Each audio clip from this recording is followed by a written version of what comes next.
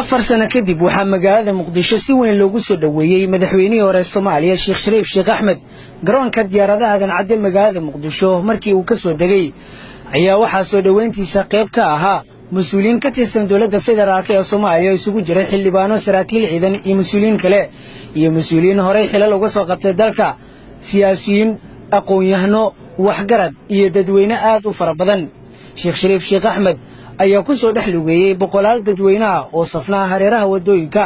waxna uu gacan qaaday qaar ka mid ah dadweynahaasi waxna ay wateen boorar iyo fanaanado ay ku dhaganaayeen sawiradiisa soo dhoweynta Sheekh Shariif Sheekh Axmed waxaa sidoo kale qayb ka ahaa kooxda barbaarta gaashaaman oo halkaasi ku soo bandhigay suugaan ay ku muujinayeen sida ay ula dhacsan yihiin in mar kale dalka uu dib ugu soo laabto guriga uu ka degay magaalada muqdisho albaabkiisa hore ayaa waxa uu kula hadlay boqolaal dadweyne ah oo halkaasi isugu soo baxay waa mahadsantihiin soo dhoweynta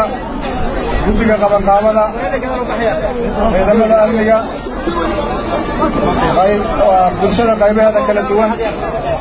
ee u soo baxday soo dhoweynta aad iyo aad u mahadsantihiin farxad weyn intaa maanta inaa idinla joogo oo dib u soo laabto dhowr sano kadib waxaan idinkaga mahad celihayaa wakhtiga aad bixiseen qorraxda iyo boorka iyo socodka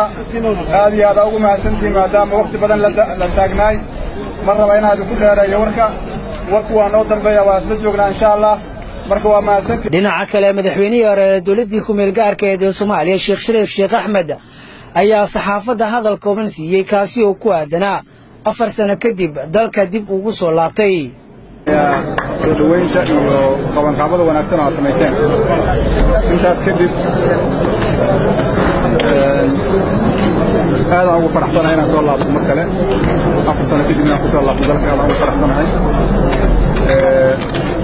dadka ka qayb qaatay soo dhoweyntana aad iyo aad ugu mahad celiyaa oo dul qaatay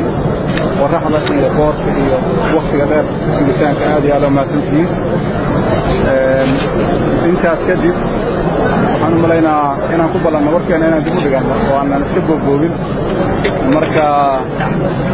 waa mahadsantihiin ballan kale aan yeelan doonaa insha allah oo wixii jira aan ka hadli doono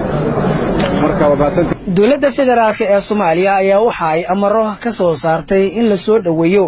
mas'uuliyiintii hore xilalka uga soo qabtay dalka